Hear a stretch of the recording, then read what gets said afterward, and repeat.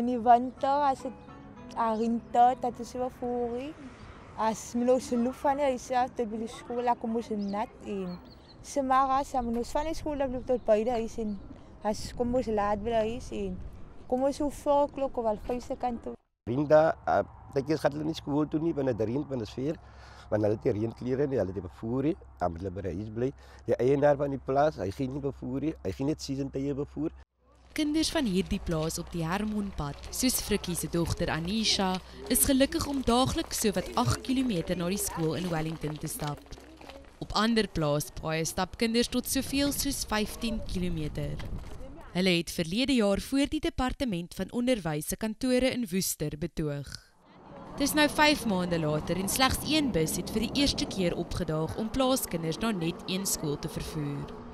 Hulle is van die sowat 300 plaaskinders van 3 skole in hierdie gebied wat noodgedwonge skool toe stap omdat hulle nie skoolbusse het nie.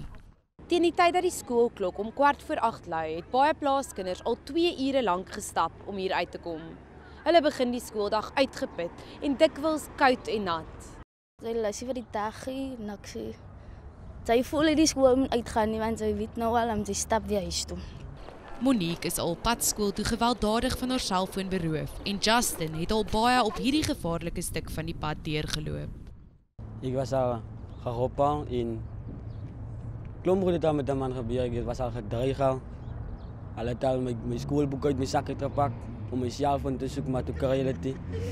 En het die mes al hier in my nek so gedruk en toe kom ek weg en toe hardloop ek en hulle my gejaag al afgevat al. Sy is bang, sy party oggend voel ek gaan nie skool toe nie, sy lus net nie, want sy weet sy moet stap. Die departement van onderwys sê die plaaskinders met vervoerprobleme moet in 'n koshuis tuis gaan. Maar volgens die organisasie Women on Farms kon die koshuis vanjaar slegs 7 nuwe leerlinge inneem. Nadine Tron, E-nuus, Wellington in die Wes-Kaap.